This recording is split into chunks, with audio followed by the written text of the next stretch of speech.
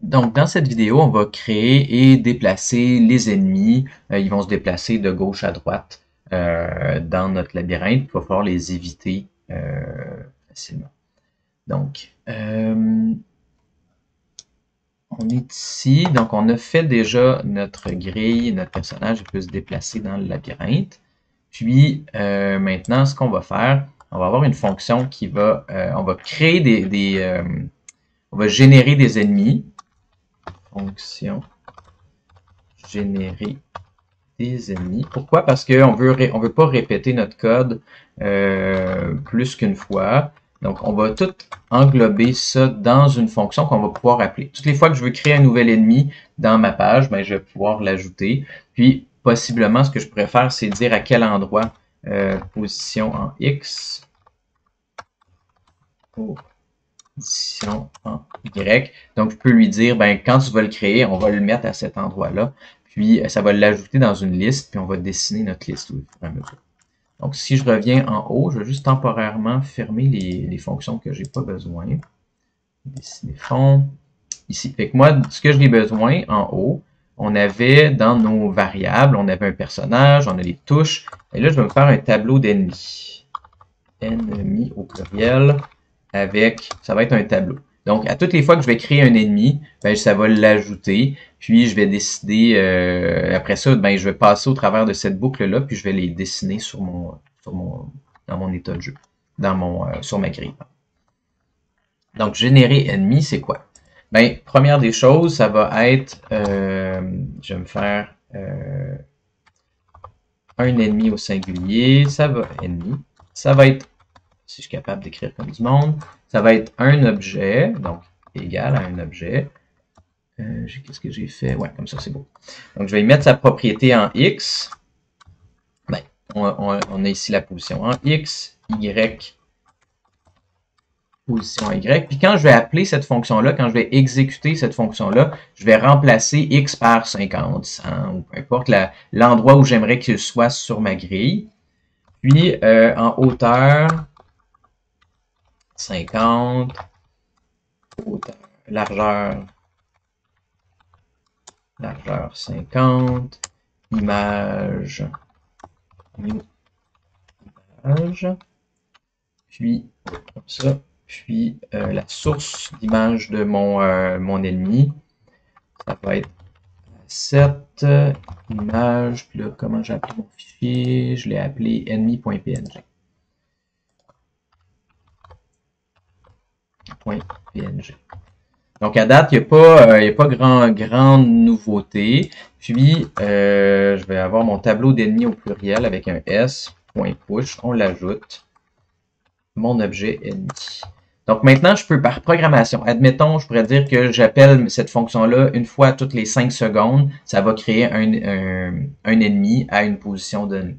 Ou encore, je pourrais dire à toutes les fois que j'en élimine un, j'en rajoute un nouveau ailleurs. Donc, ça me permettrait de recréer des ennemis pendant le jeu sans problème. Ça va créer un ennemi, puis ça l'ajoute ici. Ensuite, ce qu'on va faire, c'est au moment de charger notre jeu, dans notre cas, on va générer un ennemi. Puis là, on va le mettre, on va regarder ma grille. Moi, j'aimerais qu'il soit à la case 0, 1, 2, 3, 4, 5. Ici, ouais, 5 ici. Puis, on va le 0, 1, 2, 0, 1, 2, 3. Donc, à la case 3 ici, en termes de colonne. Donc, en X, j'aimerais qu'il soit, j'avais dit 5, la case 5 fois 50, parce que il y a une largeur de 50, puis 3 fois la troisième case fois 50 de hauteur. Donc, sa position en X, en pixels, ça va être 250, puis ici, ça va être 150.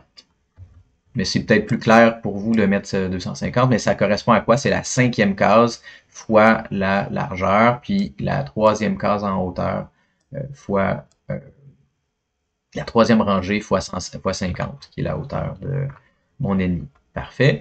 Là, en ce moment, il est dans mon tableau, mais on ne l'a pas dessiné. Ça veut dire que je dois avoir une fonction, comme on avait fait ici, dessiner ennemi au pluriel, parce qu'on va toutes les dessiner d'un coup avec notre tableau, avec notre boucle. Function dessiner ennemi. Puis, je vais passer au travers de ma boucle, de mon tableau d'ennemis avec une boucle for. Vous voyez que la boucle for est super pratique avec les tableaux. Let i égale 0. I est plus petit que mon tableau d'ennemis au pluriel point length i plus. Puis, ensuite, ce que je vais faire, c'est je récupère un ennemi à la fois. Ennemi égale à ennemi au pluriel crochet i. Donc, avec le crochet, avec la position 0, 1, 2, 3. Ou si j'ai juste un ennemi, ça va se déclencher une seule fois. Si j'ai 100 ennemis, ça va se déclencher 100 fois. Puis là, je voudrais dire au contexte.drawImage, le ennemi.image, ennemi.x, ennemi.y, ennemi.largeur, ennemi.hauteur. Puis là, je pense que je n'ai pas mis, j'ai mis la, si on voit dans générer ennemi, là, ici, on voit que j'ai mon image, on voit que j'ai la source, mais j'ai pas associé les deux. Donc, on va s'assurer que ennemi.image.src égale à ennemi.src. Donc, j'ai attaché le chemin vers la propriété image de mon image. Maintenant, j'ai un ennemi qui a été dessiné à cette position-là. Je pourrais en dessiner un deuxième maintenant que je sais que les deux fonctions sont fonctionnelles. Ben, je vais me faire un deuxième ennemi, cette fois-ci. Je vais le rajouter, où est-ce que je pourrais le rajouter? Je pourrais le rajouter ici, dans ma rangée, donc 0, 1, 2, 3, 4, 5, 6, 7, 7 en Y, puis 3, la position 2 en X. Donc, 2 en X, 7 en Y. Et là, juste comme ça, je viens de créer un deuxième ennemi à cette position-là. Pourquoi? Parce que j'ai mis j'ai un tableau, puis je passe au travers de mon tableau pour dessiner tout ce qu'il y a dedans. S'il n'y a plus rien, ma boucle va pas... on va sortir tout de suite de la boucle, il n'y aura rien, il n'y aura pas d'erreur nécessaire. Maintenant, si je me déplace avec les touches, il n'y a pas de collision avec l'ennemi encore. On va faire ça dans quelques secondes. Mais ce qu'on va vouloir faire aussi, c'est déplacer mes ennemis. Donc, ce qu'on va faire, c'est mes ennemis vont avoir une... on va retourner dans Générer ici, mon ennemi. On va leur rajouter une propriété, quand je génère, qui va être une direction. Donc, la direction, ça va être soit 1, soit moins 1. Un des deux. On n'a pas d'autre choix. Ça va être soit ça. Donc, au départ, ils vont s'en aller par la droite. Direction, on va l'appeler direction X, juste pour qu'on voit. Si vous vouliez avoir un changement de mouvement de haut en bas, vous feriez la même chose en Y. Donc, par défaut, ils vont s'en aller à droite. Ou on pourrait avoir un nombre aléatoire entre 1 et moins 1. Puis, ce qu'on va faire, c'est de dire maintenant, puis on va leur mettre une vitesse aussi. Vitesse, on va mettre ça à 5.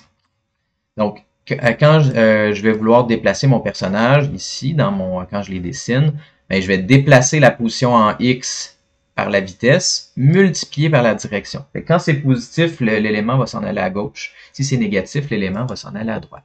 Puis quand mon ennemi va toucher un mur, on va simplement changer la direction. On va le multiplier par moins 1. Fait que si c'était moins 1, ça devient 1. Si c'est 1, ça va devenir moins.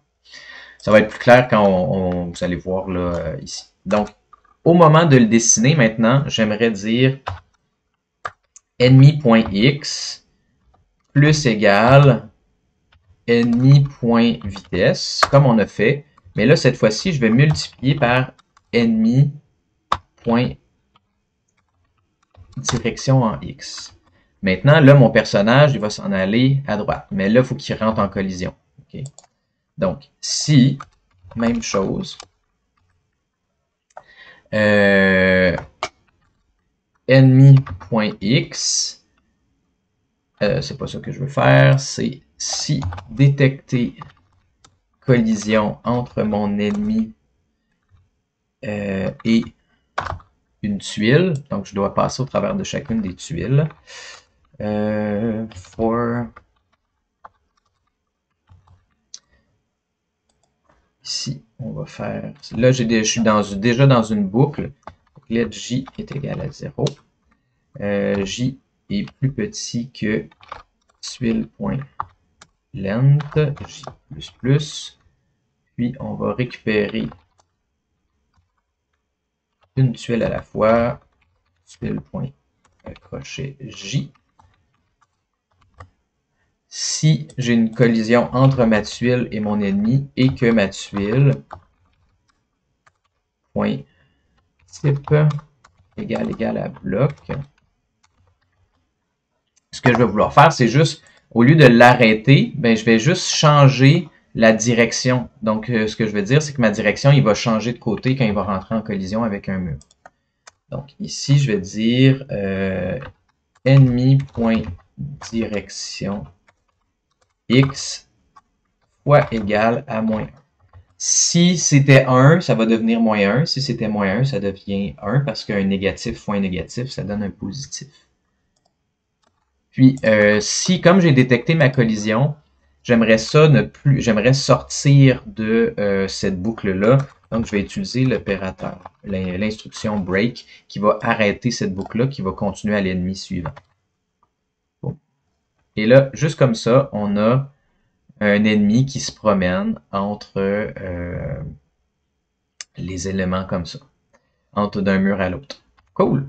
Et là, maintenant, ben, ce que j'aimerais, c'est détecter une collision entre avec le personnage.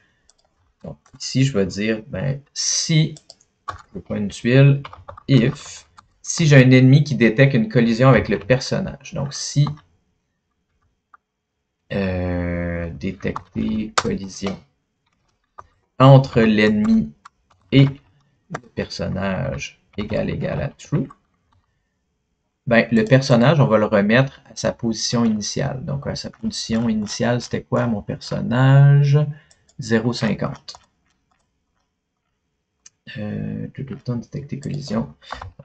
Personnage.x est égal à 0.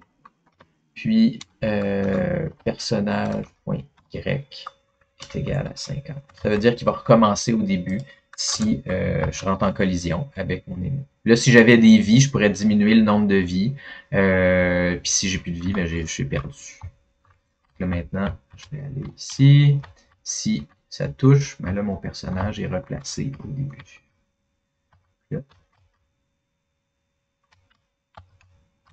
Ah. Fait que là, j'ai pas été assez vite, mais l'idée, c'est qu'éventuellement, je vais mettre une potion ici, puis ça va me prendre la potion pour pouvoir sortir à la fin. On va arrêter la vidéo là parce que ça fait un petit 13 minutes. Maintenant, on est capable de détecter mes ennemis. On rajoute des ennemis par programmation. On peut en rajouter autant qu'on veut.